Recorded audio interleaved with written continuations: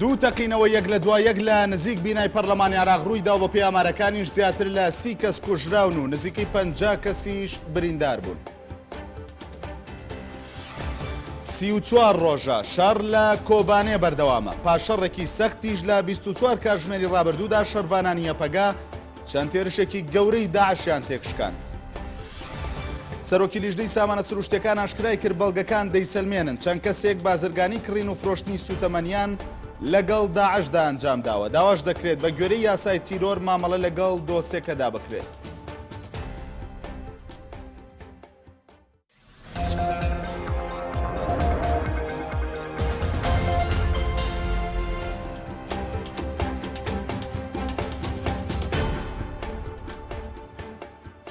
سلااوتانە بێ بەڕێزان. چەند کاتژمێرێک بەر لە ئێستا دوو تەقینەوە یەک لە دوای یەک لە نزیک بینای پەرلەمانی عێراق لە شاری بەغدا ڕوویدا و بەهۆیەوە زیاتر لە 80 کەس کوژران و بریندار بوون. پەیامنێری NRT لە شاری بەغدا ڕایگەیان هەردوو تەقینەوەکە لە گەڕێکی دەورا لە ناوەڕاستی شاری بەغدا و لە ڕێگەی ئۆتۆمبیلی بۆم ڕێژکراوە ئەنجام درراوە. وتیشی تەقینەوەکان لە نزیک بینای پەرلەمانی عێراق ئەنجام دراوە و بە پێی وتەی بەرپرسانی ژووری ئۆپەراسیۆنەکانی شاری بەغداش لە تەقینەوەکاندا زیاتر لە 30 کەس کوژراون و نزیکەی 50 کەسیش بریندار بوون. تەقینەوەکەی ئەم شەوی شاری بەغدا بە یەکێک لە تەقینەوە گەورەکان دادەنرێت لە ماوەی 3 مانگی ڕابردوودا. هاوکات بە یەکێکیش لەو تەقینەوە گەورانە دادەنرێت کە لە نزیک یەکێک لە بینای سێ سەرۆکایەتیەکەی عێراق ئەنجام بدرێت لە پاش پرۆسەی ئازادکردنی عێراقەوە لە ساڵی 2003ەوە.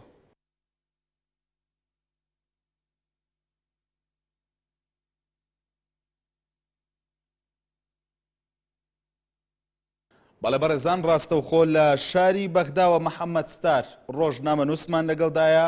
محەممەد سڵاوت لێبێ دەمەوێت زانیاری بدەیتە بینەرانی NRT سەبارەت بە تەقینەوەکەی یاخود هەردوو تەقینەوەکەی ئەمڕۆی شاری بەغدا.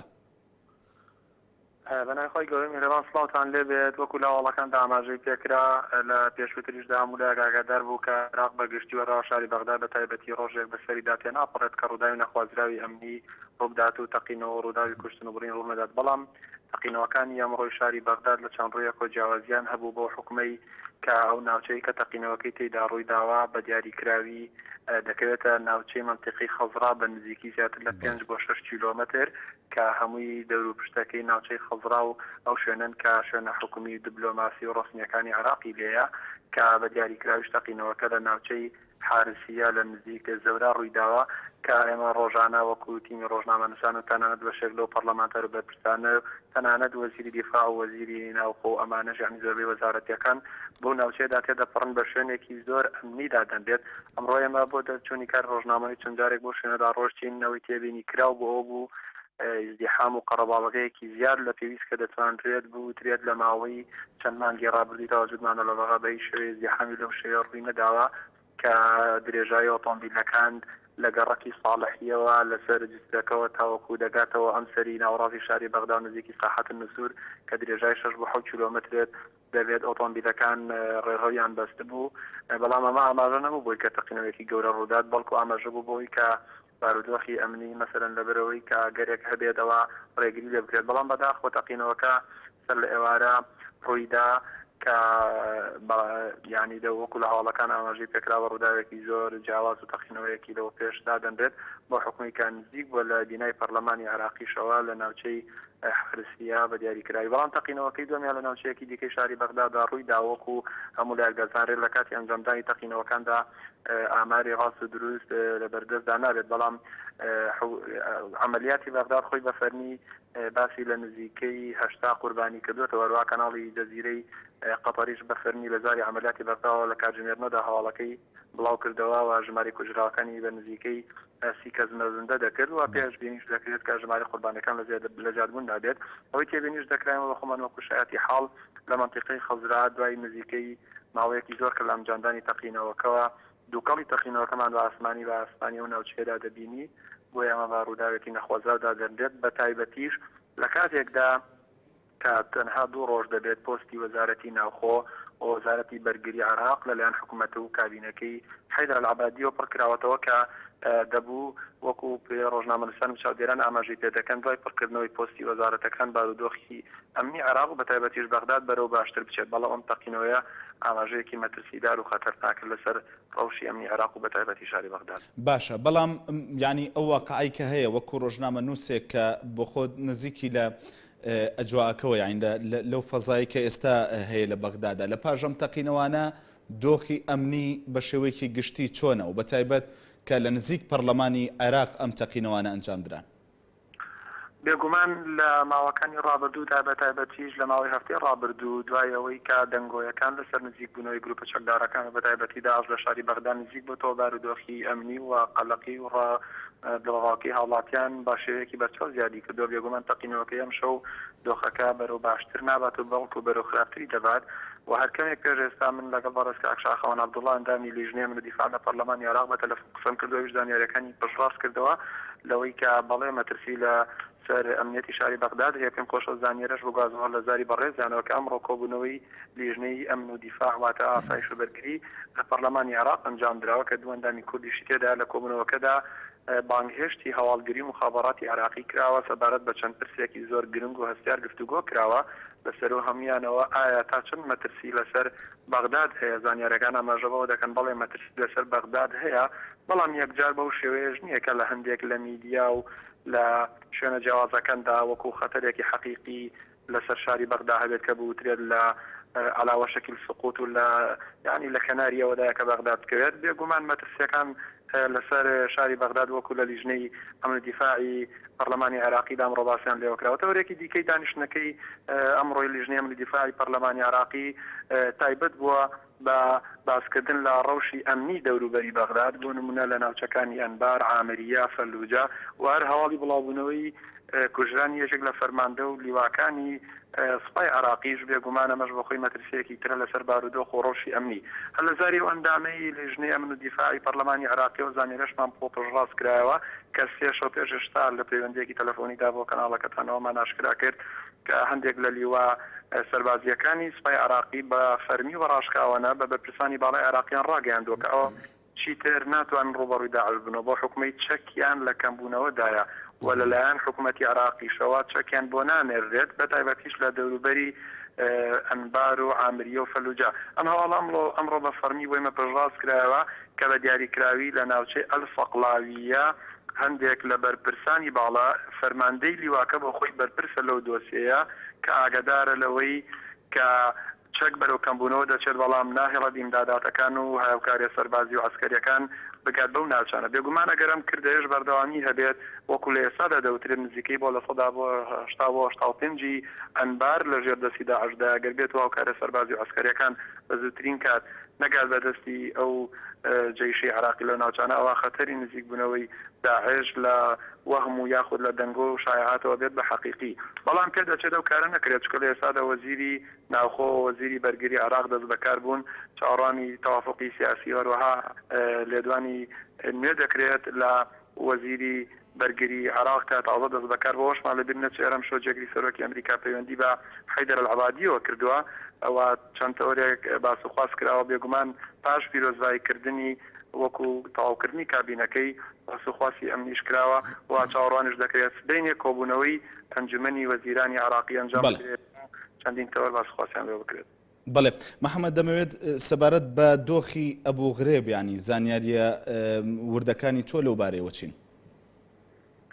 دۆخی ئەبوو غرێب بێگومان ئەو ئیشاعانی کە لە ماوەکانی ڕابردوو بە تایبەتی لە سەرەتای هاتنی پەرلەمانتاران بۆ شاری بەغداد وا بڵاوکرایەوە کە ئەبوو غرێب لە ژێردەستی چەکدارانی داعشدایە ڕاست دەرنەچوو بۆ حکومەی نەمڕۆ بۆ خۆم پەیوەندیم کرد بە چەند کەسێکەوە لە ڕێگەی هاوڕاتیەوە کە لە ناوچەی ئەبوو غرێبدا دەنیشن وتیان بە هیچ شێوەیەک وانییە کە ئەبوو غرێب لە ژێردەستی داعشدا بێت بەڵام بۆ حکومەی ئەبوو غرێب زۆربەی دانیشتوانەکانی سنیە بێجگە لە داعشیش پێش دروستبوونی داعش هەمیشە گروپی چەکدار ئەوان زیاتر بە مقاومە ناسرابوون لەوێ بەرگریان دەکرد بەرامبەر با حکوومەتی عراقی بەرامبەر بە هێزە چەکدارەکانی دیکە وهروە ئەوەشمان لەبیر نەچێت کە ئەبوو غرێب ناوچەیەکی زۆر استراتیژیە بۆ شاری بەغداد و بە تایبەتی دەکەوێتە زۆر نزیکی فڕۆکەخانی نێودەوڵەتی بەغداوە ئەگەر بێت هەواڵە ڕاست بۆیە کە ئەبوو غرێب لە ژێردەستی گروپی چەکداری داعشیدایە ئەوە بێگومان فڕۆکەخانە زۆر دەبوو بە بەڵێ هەردوو فرسەتێکی یاسان بۆ دەست بەسەراگرتن لەلایەن داعشەوە. بەڵێ محەممەد بڕێرە وەفدێکی پەرلەمانی عراق سەردانی وڵاتی کوێت بکەن و لە هەمان کاتدا سەرۆک کۆماری عراق فواد معسووم بڕێرەکە بە پێی زانیاریەکان دیارە سەردانی وڵاتی سعودیە بکات دەمەوێت زانیاریەکانی تۆ چین لەو بارەیەوە بە ئێمە بدەیت. سەبارەت بە سەردانیکردنی سەرۆکی پەرلەمان بێگومانەوە ئەوانە ڕاستە بڕیارە ڕۆژی سێشەممە سەرۆکی پەرلەمان و هەروەها جێگری سەرۆکی پەرلەمان بەڕێز کاگەڕامی شەمحەمەد بۆ یەکی ڕاستنی سەردانی کوێت کە ئەمەش پاژەوە دێت کە ئەمڕۆ وەفدێکی کۆنکاری عەرەبی لە شاری بەغداد بوون و هەروەها وەزیری دەرەوەی کوێتیش بە هەمان شێوە لە وەفدە ڕەسمی وڵاتی کوێتدا ئامادەیی هەبووە سەردانیکردنێکی دیکەش هەیە کە بڕیار وایە ڕۆژی چوارشەممە ئەنجام بدرێت کە یاخود سێشەمماویش حەیدەر العەبادیە دەچێتە ئێران پێ دەچێت چەند پرسێکی تاوتێ بکرێت بەڵام سەبارەت بە سەردانیکردنی بەڕێز فواد معسووم بۆ وڵاتی سعودیە چەندین لێدوانی جیاوازی ڕۆژنامەوانی بڵاو دەکرێتەوە کە هیچیان لە سەرچاوی فەرمیۆ نییە بەڵام یەکێک لە سەرچاوە نافەرمیەکان ئەمڕۆ ئەویان بڵاو کردبووە کە یەکێک لە سەرکردە شیعیەکان کە لە وڵاتی سعودی لە ئێسادا دەست بەسەرە ئەگەری ئەوەی هەیە بە مەبەستی سەردانیکردن بە مەبەستی ئاشتەواییکردن لە بینیاندا وا بۆ بەردانی ئەو سەرکردە شیعیە کە نەمر ناسرا بەڵام ئەمانە وەکو دەوترێت پشتڕاست نەکراوەتەوە تەنها دەنگۆیی میدیاین کە دەچێت لە داهاتوودا زیاتر لەو بارەوە قسە بکرێت. بەڵێ زۆر سوپاس بۆ محەممەد ستار ڕۆژنامەنووس کە لە ڕێگەی هێڵی تەلەفۆنەوە لە شاری بەغدادەوە لەگەڵمان بوویت. سەرڕای ڕەوانەکردنی ژمارێکی زۆری هێزی پاڵپشت بۆ کۆبانێ بەڵام جارێکی تر داعش نەیتوانی شەڕڤانانی یەپەگا تێک بشکێنێت. نوێنەری پێدەش لە هەرێم بەیەنارتی ڕاگەیان ئەمریکا ڕەزامەندی دەربڕیوە یەپەگا پڕچەک بکات بەڵام تورکیا ڕەتی کردوتەوە.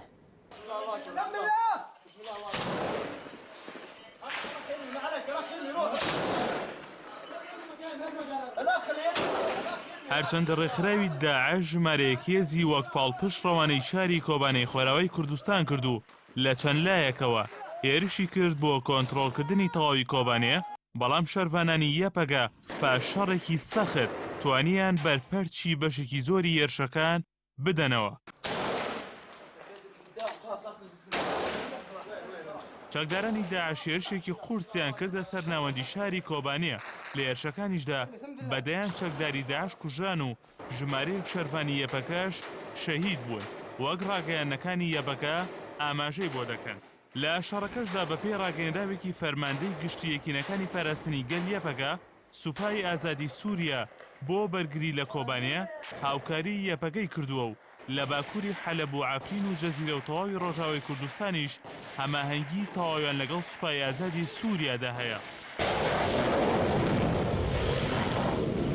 دەربارەی هاوکاری سەربازی ئەمریکاش بۆ یەپەکە نوێنەری پارتی یەکێتی دیموکراتی پێدا لە هەرێمی کوردستان دەڵێت ئەمریکا ڕەزامەندی دەربڕیوە چەک بداتە شەرڤانان لە کۆبانەیە بەڵام تورکیا ڕەتی کردوتەوە. غەریب ئاسۆنیۆنەری پێدە لە هەرێم بەیەنارتی وت لە کۆبنەوەی نێوان ساڵح موستیمیا و سەرۆکی پێدە و دانیال ڕۆبنشتاین نوێنەری ئەمریکا بۆ کاروباری سووریا واشنتۆن لە سەرهاوکاریکردنی شەرڤانان ڕەزامەند بووە بەڵام تورکیا بە توندی دژی پێدان و ناردنی چەک بۆ لەلایەن ئەمریکاوە بۆ پێدە و هەموو هەوڵێکی خستۆ دەگەڕ بۆ ئەوەی ئەمریکا پێدە پڕچەک نەکات.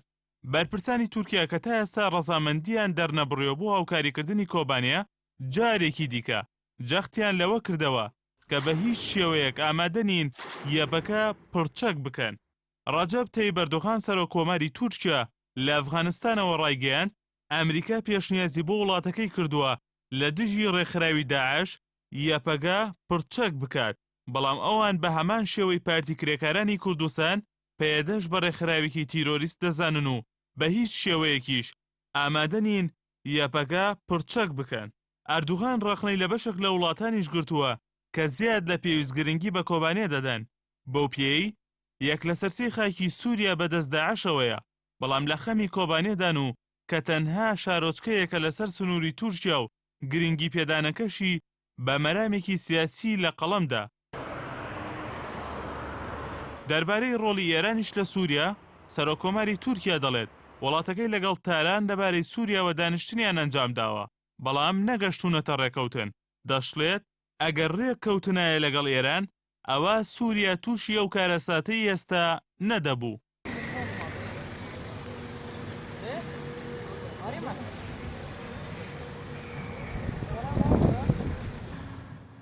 تورکیا کە زۆرترین ڕەخنەی ڕوبەڕوو دەکرێتەوە لە شەڕی دژ بە داعشدا لەسەر سنووری ڕۆژاوای کوردستان و باکووری کوردستان خەندەق لێدەدات.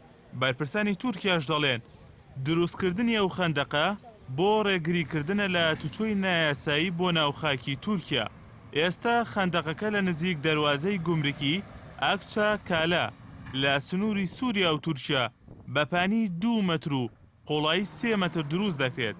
دەربارەی هەڵوێستی پێدەش غەریب عەسۆ نوێنەری پێدە لە هەرێم بەیەناڕتی وت تورکیا دەوێت بە لێدانی خەندەق ڕۆژاوا و باکووری کوردستان لە یەکتر داببڕێت.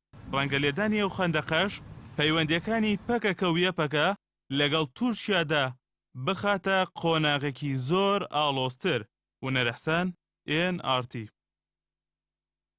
بەڵێ بەڕێزان، کۆماس شابازی ڕۆژنامەنووس لە خۆر ئاوای کوردستانەوە زانیاریمان دەداتێت لەسەر دۆخی ئێستای کۆبانێ. کۆماس، شەو باش، لە ئێستادا بە شێوەیەکی گشتی دۆخی کۆبانێ چۆنە؟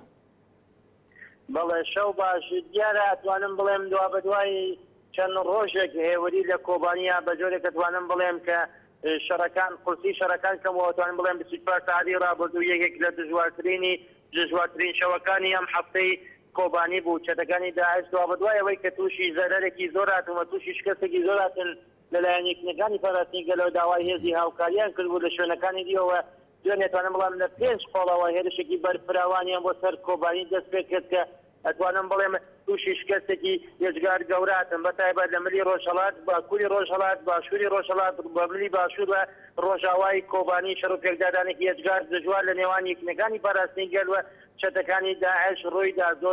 زۆرتر گرانی شەڕەکە لە ملی باکووری ڕۆژهەڵاتی کۆبانی بووە، وا لە ملی ڕۆژاوای کۆبانی تۆزێک دۆخەکە جیاوازترە. ئەتوانم بڵێم یەکێکانی پاراستنی گەل لە مەودایەک زیاتر لە 5 بۆ 7 کیلۆمتر پێشڕەویان کردەوە، چەتەکانی داعشیان لەو ناوچە دوور کردێتەوە. توانم بڵێم تا ڕادێکی زۆر لە ملی ڕۆژاوای کۆبانی مەترسی لەسەر کۆبانی دوور کەوتوەوە. بەڵام لە ملی ڕۆژهەڵاتی کۆبانی چەتەکانی داعش بە هاوانباران و تۆپبارانکردنی ناوچەکە بە دەستیان کردووە بە تۆپبارانکردنی ناوچەکە. توانم بڵێم بەدایان گول لە هاوان بەر شاری کۆبانی کەوت. ئەم ڕۆژ گول لە هاوانێک بەر ماڵێک کەوت ناو شاری کۆبانی کە ماڵبات لەوێ ژیانیان دەکرد. چەند منداڵێکیش لە ناو ماڵە بوون، بەڵام خۆشبەختانە گول لە هاوانەکە نەتەقیەوە. هاوکات خێزانی ئەو ماڵەش باسییان لەوە دەکرد کێمە حازر نین بە هیچ شێوازێک کۆبانی بەجێ بێڵین.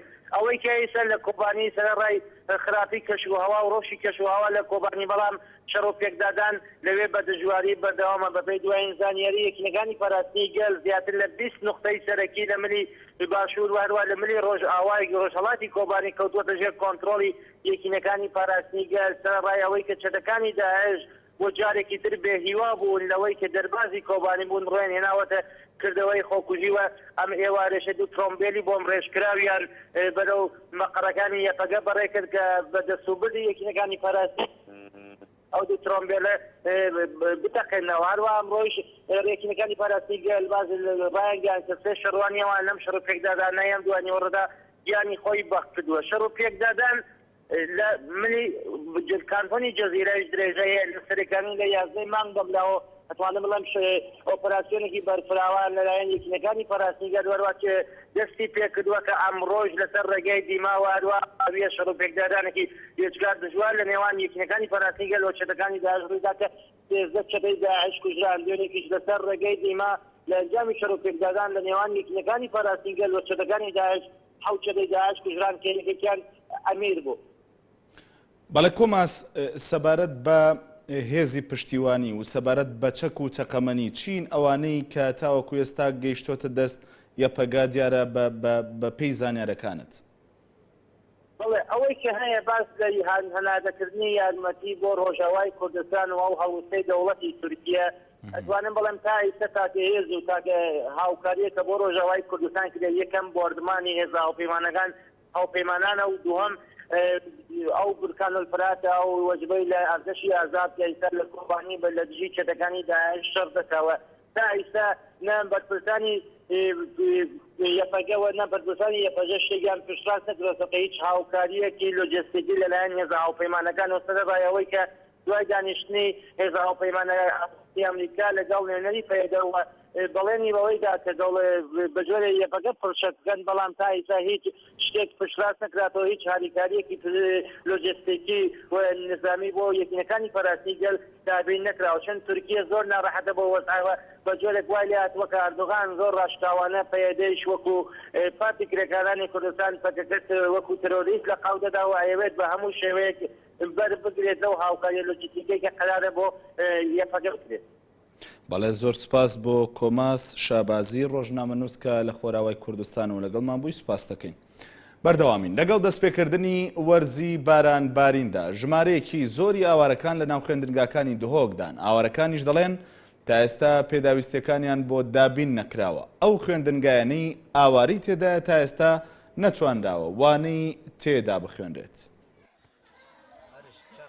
دوک دهانبێزا پتر ji 700,000 ئەوەرە و پەنەبەراندا پێشوازی لە وەرزێ بارانبارینێت کرد. سەرارای دروستبوونا هەنجی کەمپان لە هێوانها 100 ماڵباتدنا و خواندنگەه و بالاخانەدا ماینە و گلەیان نەبوونا چ پێدگەین وەرزێ زستانێت کەن. کامێرای نارتیژی ژنێزیک هایداری ڕاشەوان دەبیت. اجتماع هەموو کێمە جەمەدا تەباخ نەداینەمە vێگاڤێ خواردنا خۆ سەر کارتۆنا و داراوان چێتکن. تشتێمە گەلێکی کێمە. بەس ئەم چی بکەن کوی دەچنم بێژنێژێت بژن نینن. جماعتت بدرێت بژن بۆمان نهاتینە. زستانە جینینە و سەرمایە زارۆکت هورێن جەمەدا گەلێکە جەمەدا پێلاف نینێن قەمسەر نینێن گۆرە نینێن جیمەنەی باشە ئانا ئەڤێدەرێ خۆدەی دەبارە خەسوامانە بێدەری گەلێکی سەرمایە مەدوێت جیا کشمارە تابت کردبانە کە تێدا ئەف زارۆک جەمەد نەبووبانە ئێژوێ دەرێ فەلەتی الڤێدەرێ سەرمامرێ خودێ ئێمە گاس نەداینەمە خودێ تباخ نداینەمە الهيكلات العجوة وزعاندين طباخ وزعاندين بس نداینەمە أفتشنا داینەمە بس أرزاق دانەمە وهنا نبين مثلا أم 10 نفر تقريبا 2 شكل أو 2 دانەمە. برپرسê pişka raşembirî bingê Helalê jî diyar kir ku nêzîkî 2000 xwendkarên şariya li çavarê xandinê ew nekarin berdewamiyê bi xandinê bidin. Ji ber ku pitir ji 5000 awaran din hada li xandingehên şariya dat akincîne. طلبه طبعا خلق الشارع جي هطانوش خواندني ما في خوي خواندني ببار بوا نزيكي هف مدرسه ما يعني طلبه ما نزيكي 2000 طلبه او حمو خواندني ببار بنا كر حكومات بيت ندري كم في فقط بان اواره بت بلكي مقارن خواندنا خودس في بكن دیگر نزدیک بوون نوارز زوستان هادنا هر چی بکه بارانه رفت و جیان آوران بر به زحمتی ود چید داخواز آوران جلانی پیوندی داره و کو خدمتگزاری پیتر جبوین بهن دابین کردن قدرت محمود NRT شاریا ئەنجومەنی وەزیران گفتوگۆی لەسەر ڕەشنووسی یاسای هێنانی پارە لە ڕێگەی قەرزەوە بۆ هەرێمی کوردستان کردو. NRTیش ئاشکرای دەکات حکوومەتی هەرێم 2 هەوڵی داوە بۆ وەرگرتنی قەرز بە بەهای چەند ملیار دۆلارێک لە 2 لایەنی دەرەکی بەڵام سەرکەوتوو نەبوو. ئەمڕۆ ئەنجومەنی وەزیران بە سەرۆکایەتی نەچیروان بەرزانی کۆبوونەوە یاسای خۆی ئەنجامدا و بە پێی هەواڵێکی ماڵپەڕی فەرمی حکوومەتیش نەچیروان بەرزانی ڕایگەیاندووە پشتگیری حکوومەتەکەی عەبادی دەکەن و وەفدێکی هەرێمیش بۆ چارەسەری کێشەکان دەچێتە بەغدا. ئەنجومەنی وەزیران ڕەشنووسی یاسای هێنانی پارە لە ڕێگەی قەرزەوە بۆ هەرێمی کوردستان تاو توێ کرد و بڕیاریشە دوای دەستکاری و سەرنج و تێبینەکان ڕەوانی پەرلەمان بکرێت بۆ دەنگدان لەسەری. NRT لە سەرچاوێکی باوەڕپێکراوە زانیوێتی حکوومەتی هەرێم لە 2 وڵات هەوڵی بەدەستێنانی قەرزێکی داوە با بڕی 30 ملیار دۆلار بەڵام گفتوگۆکانیان بۆ وەرگرتنی ئەو قەرزە سەرکەوتوو نەبووە. بە پێی زانیاریەکانی NRT ئەو 2 وڵاتی حکوومەتی هەرێم ویستوێتی قەرزەکانیان لێوەربگرێت و دانوستانی لەگەڵدا کردوون یەکێکیان وڵاتێکی عەرەبی و ئەوی تریان وڵاتێکی خۆرەڵاتی ئاسیا بووە. هەر لە کۆبوونەوەکەی ئەنجومەنی وەزیراندا قوبات تاڵەبانی جێگری سەرۆکی حکوومەت ئاماژەی بەوە کرد دوای بەدواداچوونی یاسایی لەگەڵ لایەنە نێودەوڵەتیەکان گەیشتونەتەوە بڕوای هەرێمی کوردستان مافی وەرگرتنی قەرزی نێودەوڵەتی هەیە.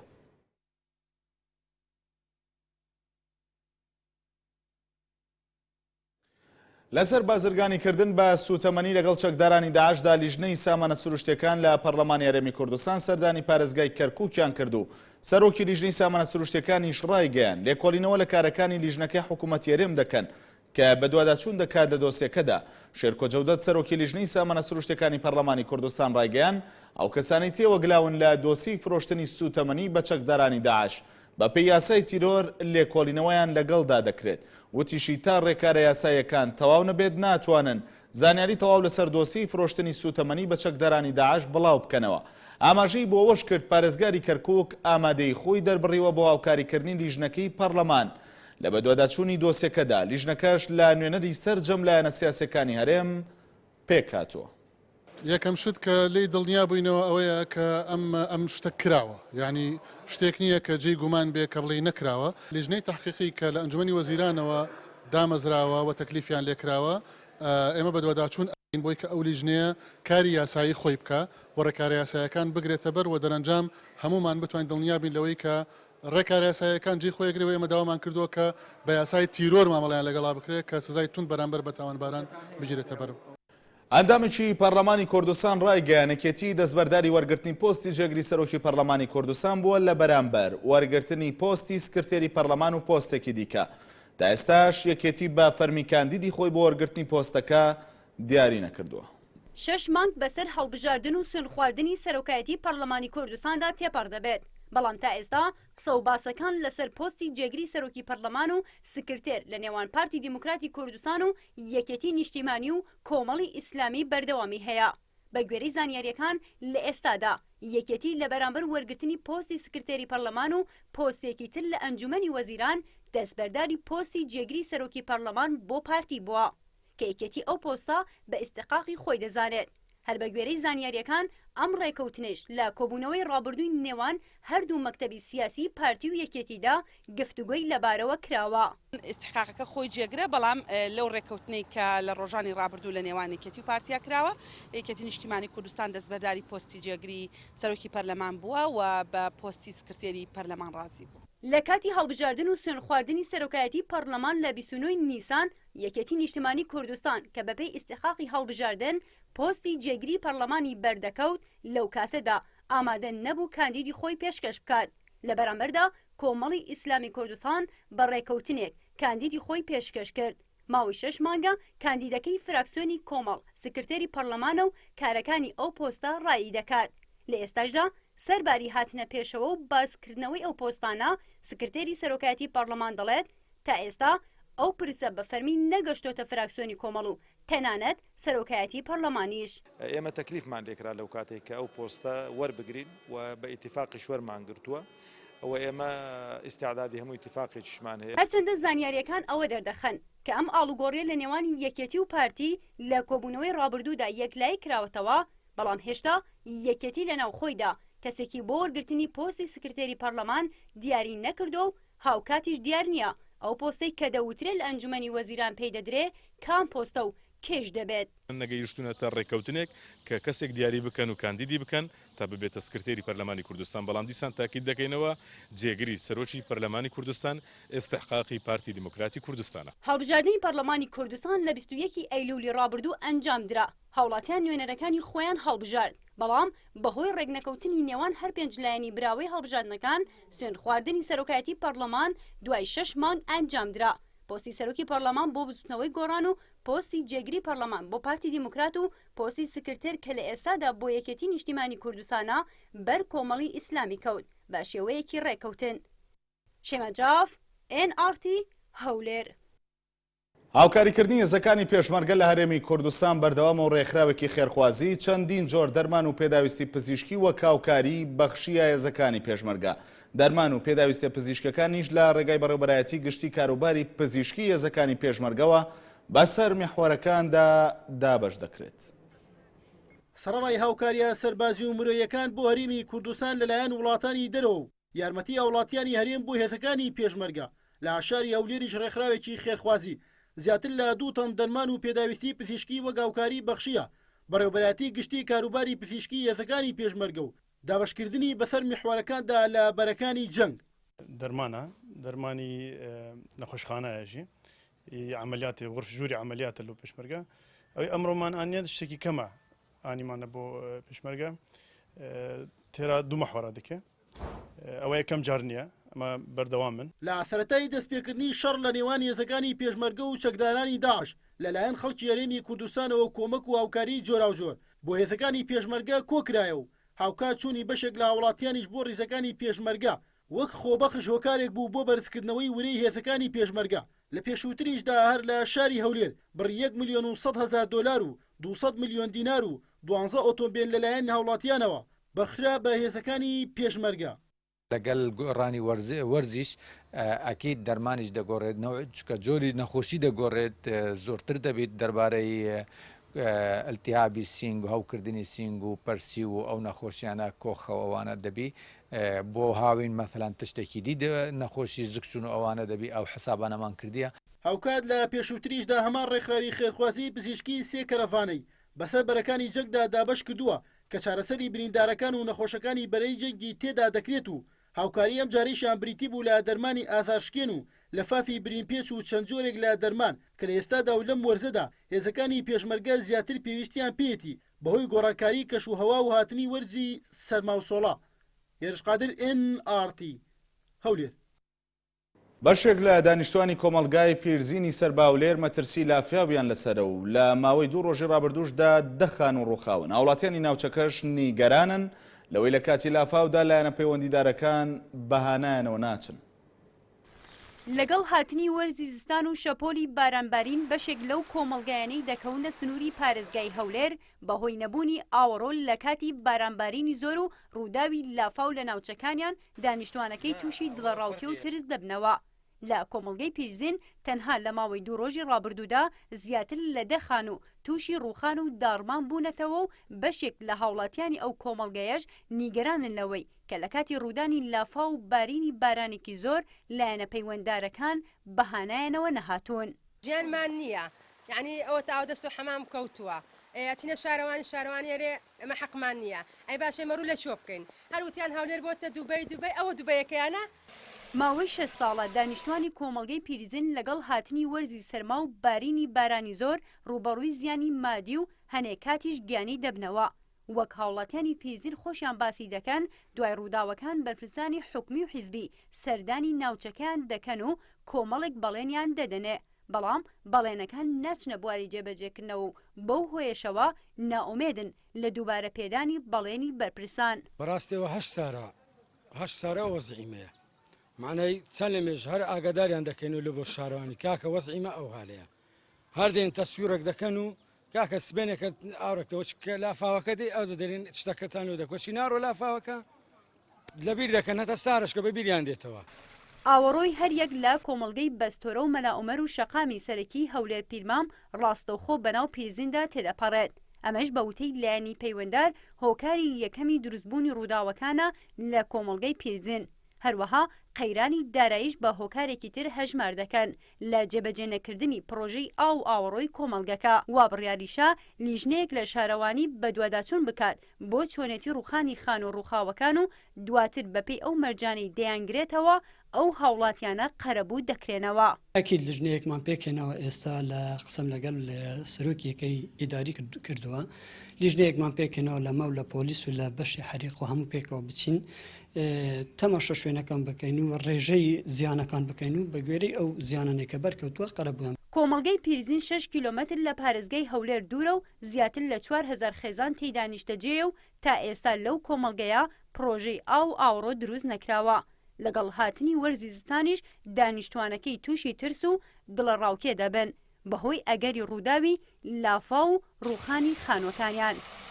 شێمەجاف NRT کۆمەڵگەی پیرزین هەولێر. کورد بەهۆی نەبوونی و هەژاریەوە هانای بۆ نووسینگەی هەولێری کەناڵی NRT هێنا. ئەو هونەرمەندەوتی ئەوێت لە ڕێگای NRTەوە چیرۆکی ژیانی خۆی بگێڕێتەوە. دەژڵێت زیاتر لە 2 مانگە موچەکەی لە وەزارەتی دارایی وەرنەگرتووە و لە بارودۆخێکی سەختدا ژیان بەسەر دەبات. با پێکەوە چیرۆکی ژیانی هونەرمەند عومەر چاوشین ببینین. ئێستا ئێمە لە بەردەم کەناڵی NRT ئۆفیسی هەولێر. لێستا پێمان وترا ئۆتۆمبیلێک لە جۆری تەکسی لە بەردەم کەناڵەکە وەستاوە چیرۆکێکی تایبەتە. لەگەڵ مابن باوێ کۆبڕین بۆ لای تەکسیەکە بزانین چیرۆکی ئەو کەسانەی کە لە ناو تەکسیەکەیان کێیە. مامۆستا عومەر چاوشین لە ناو تەکسیەکەدایە. بەیانیت باش مامۆستا. بەیانی باشدا دەجیان. لە بەیانیەکی ساردی شاری هەولێرە هاتیتە بەردەم کەناڵی NRT. چیرۆکی ئەمڕۆمان بۆ بگێڕەرەوە. واللهی ئەمڕۆ زۆر دڵم خۆشە کە کەناڵی NRT کەناڵێکە ناوبانگی زۆرە بەشکم شتێکم بۆ بکات بۆ بڵاو بکاتەوە حکومەت شتێکم بۆ بکە ئەو منی لە بازار بینی وتیەوە بۆ لێ دانیشتووی پارەم پێ چۆنا بۆ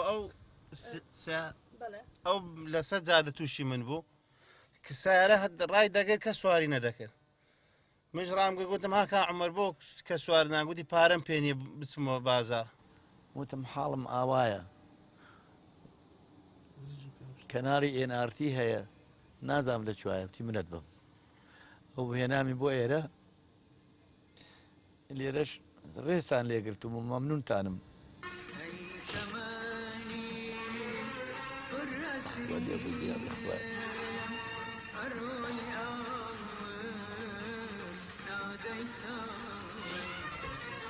پاش 56 ساڵ تەمسی بکەیت و ئەوە لە قەراغ زادە خەڵک کەرێت پێ بکە ئەمڕۆ بەیانی لەسەر شەقام لەکوێ ئەگەڕایتەوە چوو بوویت بۆ کوێ کاتێک ئەم برای شۆفێرە تۆی بینی چوو مەعاشە وەربگرم لە وەزارەتی ڕۆشنبیری لە تەلەڤیزۆنەکەی لە ئیسکانە چووم وتیان مەعاشی ئێوە نەهاتووە لەم ڕۆژانە کە هات خۆمانی ئەلانیەکەین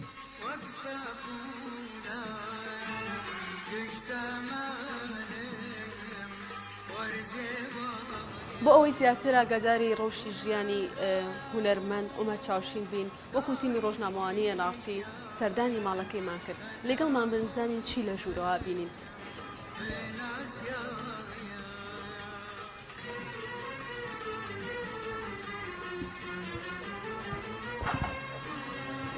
بەیانی زوو لە خەو هەڵەستم ئەوە مەتباخەم لەم دیوەچم چالێنێم تەباخوشی لێ چالێنێم ئەگەر سەمونوشتم نەبێ منارێک لەوێیان ئێرم دوو سەمونم بۆیێنێ لەگە قاپێ ماستە چالێنێم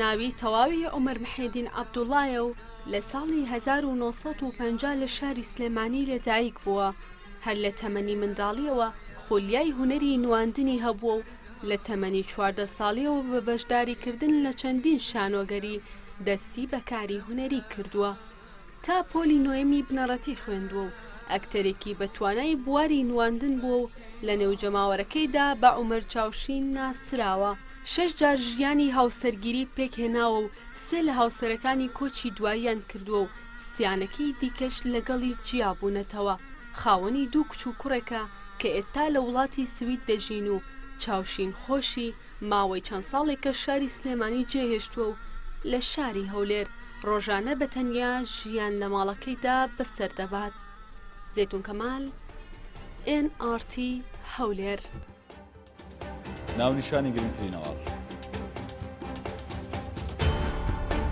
دوو تەقینەوە یەک لە دوای یەک لە نزیک بینای پەرلەمانی عێراق ڕوویدا و بە پێی ئامارەکانیش زیاتر لە 30 کەس کوژران و نزیکەی 50 کەسیش بریندار بوون 34 ڕۆژە شەڕ لە کۆبانێ بەردەوامە پاشەڕێکی سەختیش لە 24 کاتژمێری ڕابردوودا شەڕڤانانی یەپەگا چەند هێرشێکی گەورەی داعشیان تێکشکاند سەرۆکی ریژنەی سامانە سروشتیەکان ئاشکرای کرد بەڵگەکان دەیسەلمێنن چەند کەسێک بازرگانی کڕین و فرۆشتنی سوتەمەنیان لەگەڵ داعشدا ئەنجام داوە داواش دەکرێت بە گوێرەی یاسای تیرۆر مامەڵە لەگەڵ دۆسێکەدا بکرێت ڕۆماڵ کۆتایی هات شەوێکی خۆش بۆ هەموو لایەک